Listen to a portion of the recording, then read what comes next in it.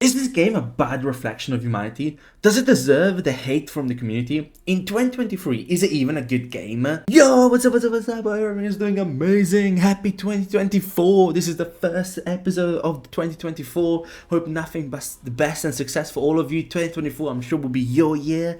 And today's episode, I want to talk about Detroit Become Human. When we talk about the best games in PlayStation or the best games in general, we always talk about the same games, Red Dead, The Last of Us, Uncharted. We never talk about, or I personally never heard of Detroit Become Human, a game that in my opinion is actually quite underrated, and also a game that is quite conflicting, because when I was planning for this video, I saw so many good things, but also really bad things, really people hating on the game.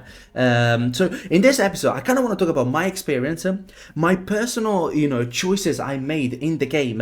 I was able to get the best ending when everyone survives. So how did I get to those endings? What made me do certain decisions? And did I enjoy the game? Do I think the game is a good game?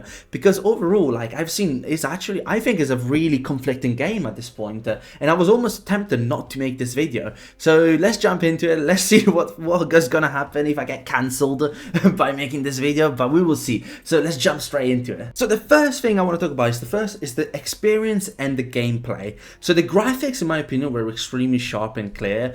For a game that came out, I think it was 2018, playing in 2023, I felt extremely, happy with the way the game looked, the way the character looks, the way the cutscenes were made. I was really, it was very cinematic. I was really happy from that point of view.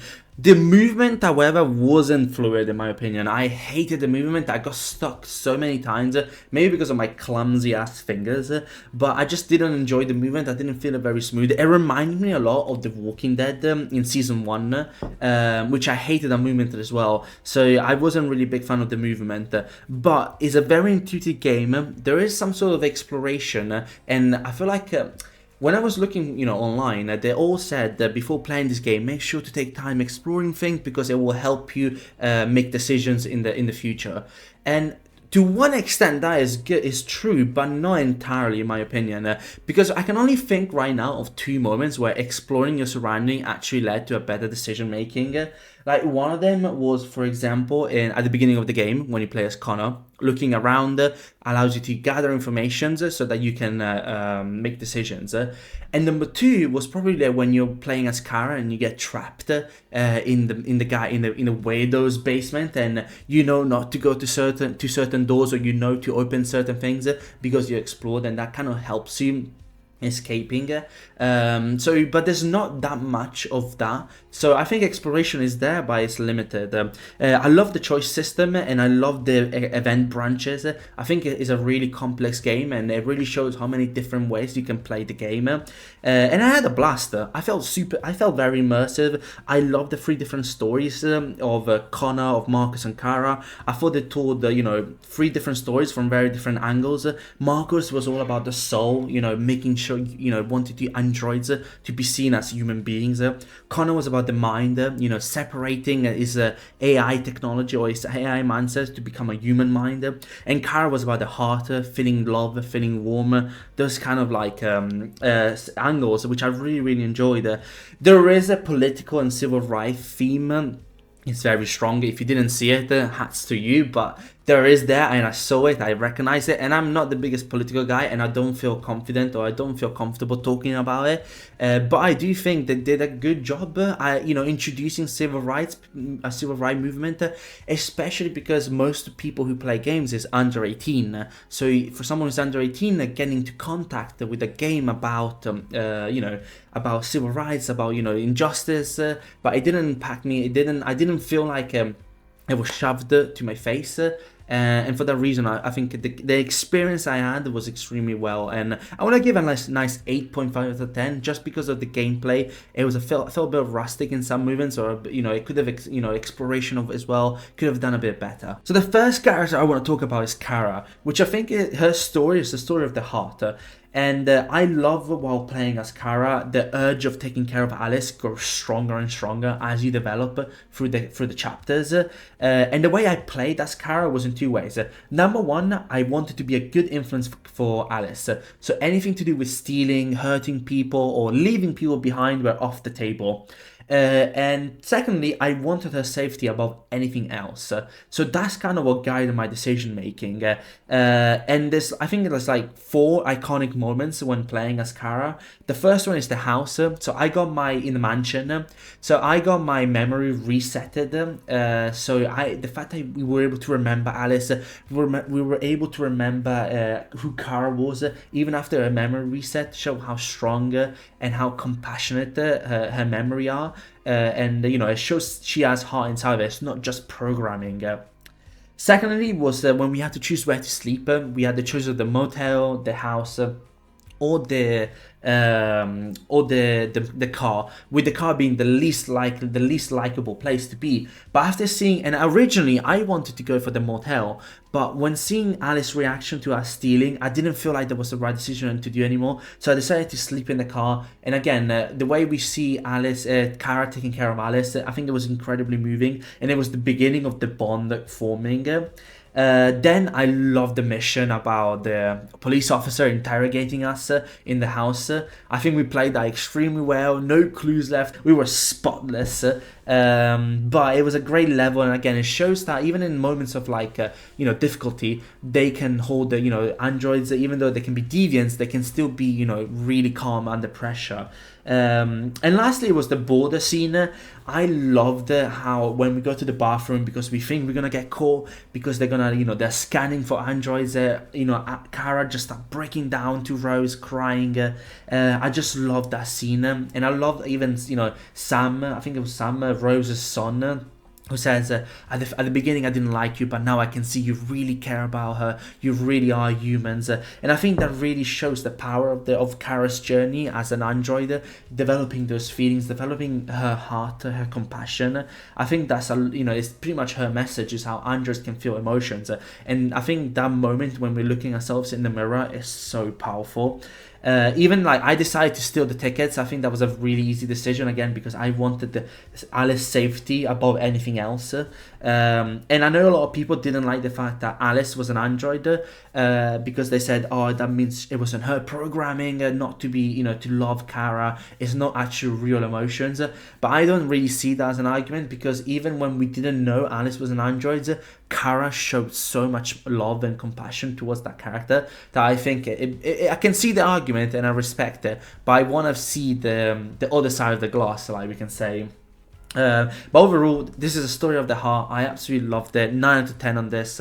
Loved every single moment of it. The second story I want to talk about, and probably the hardest one to talk about, because it can be really complex and really, I don't want to say controversial, but it can be, depending on people's side, especially because I've seen so many videos talking about this point, is Markus' story. The story of the soul, in my opinion. The story of someone who wants change, who wants equality, who sees more than just machines. And I think throughout the game, we see a lot of those, a lot of political movements, a lot of civil rights movements. And the way I played in my opinion, the way I played the Markus' story, I was very moved and I really, really liked it. It reminded me of a movie called Selma. If you've never watched Selma, I highly recommend it. It's the documentary of how Martin Luther King Jr. basically was able to achieve equal rights for people of color in America. It was such a moving story, and it's what led to the Voting Rights Act of '65. It's such a moving story. I remember that I'm getting not watery, but the song Glory. So good. If you never, I'm not the biggest. I don't really get too much involved in politics. I personally dislike politics because of how much it divides people, so I try to always stay neutral in most scenarios. But it's an amazing story. I don't want to spend too much time talking about the political and civil rights movement, but it's an amazing story, and that's how I approached the game. That's how I approached my story with Markus. I wanted to be peaceful. I wanted to make sure my message was what people saw, not my action, but my message. And I really do believe in the saying, in order to win and win movements, you have to win the minds and hearts of people. And that's why I really focused. I focused on the public opinion more than anything else. I didn't want violence. I didn't want send strong messages, but I wanted something that could touch and appeal to the public opinion. And I think the message of the game of Markus' story is that only us individual can drive change. Only we can do change. Never, if we wait and hope for politicians to make change, nothing will ever happen. And I strongly believe this. If you look at anything really good that has happened in the past 100 years, it was mostly because of the strong will and mindset of one individual or two individuals that has changed the course of civil rights movements. Well, I think that's what the core of the message is, and there's so many like iconic moments when playing as Markus. I think I loved the whole marching protest movement.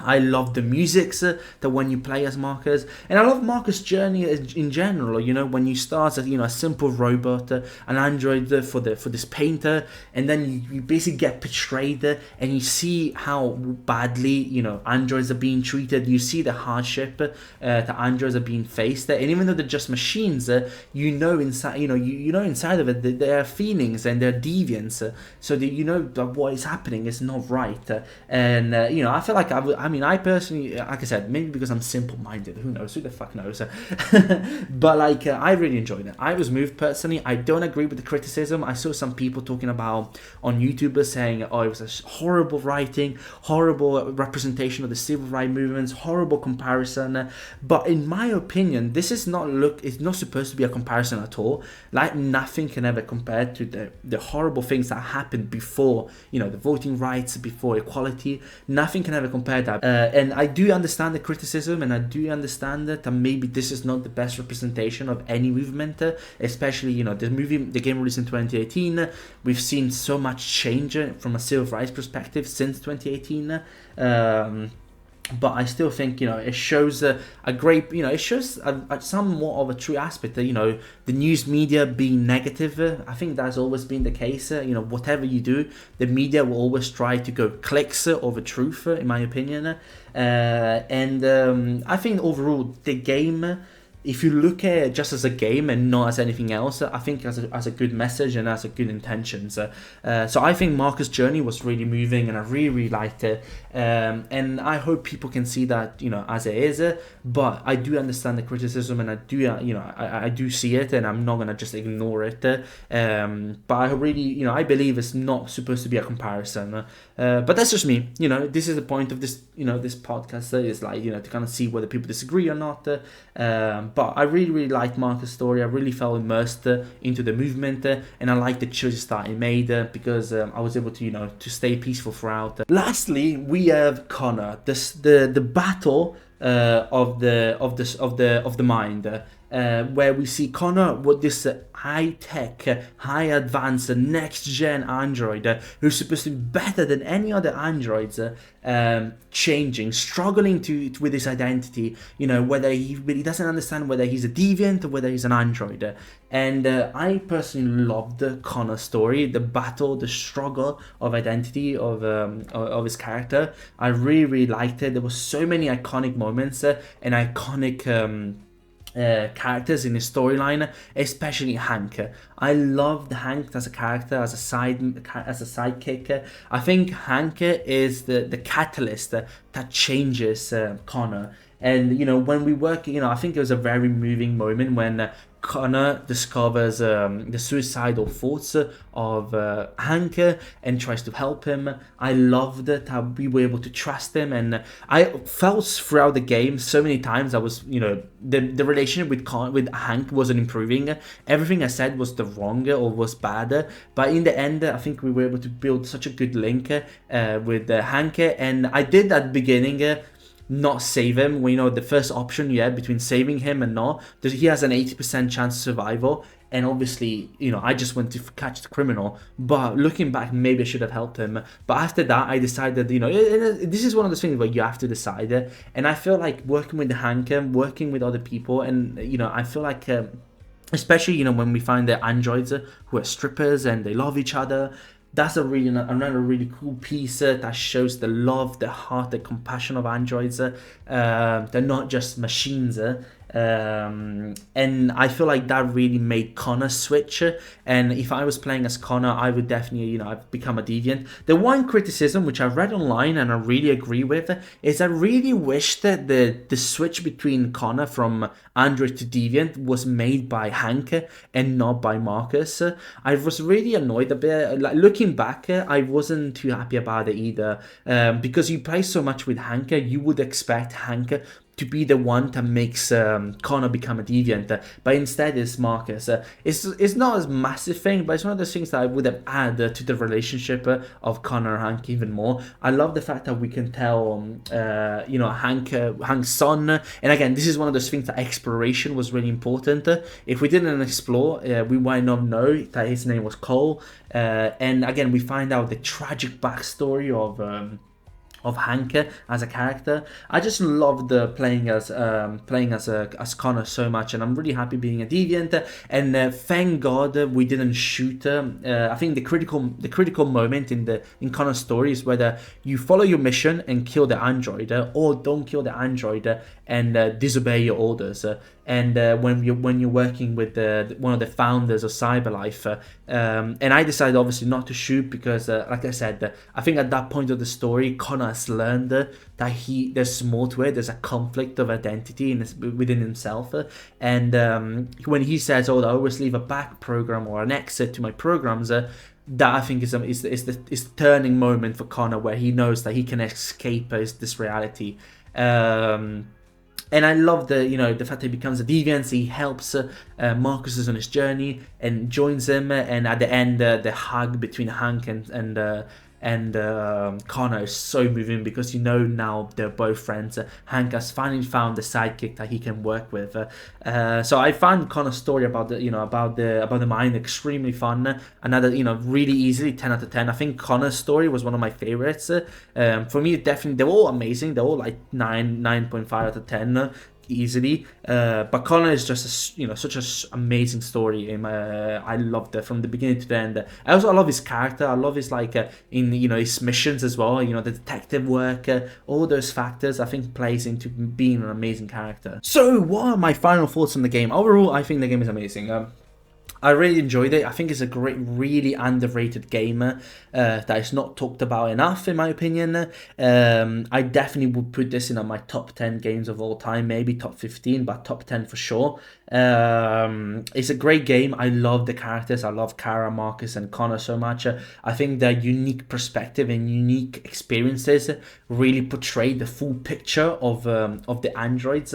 And even though, like I said, there is criticism, there is a shadow, almost we can say, that can be casted upon this game because of the political movement and civil rights theme, I still really enjoyed it. I felt very immersed into the game.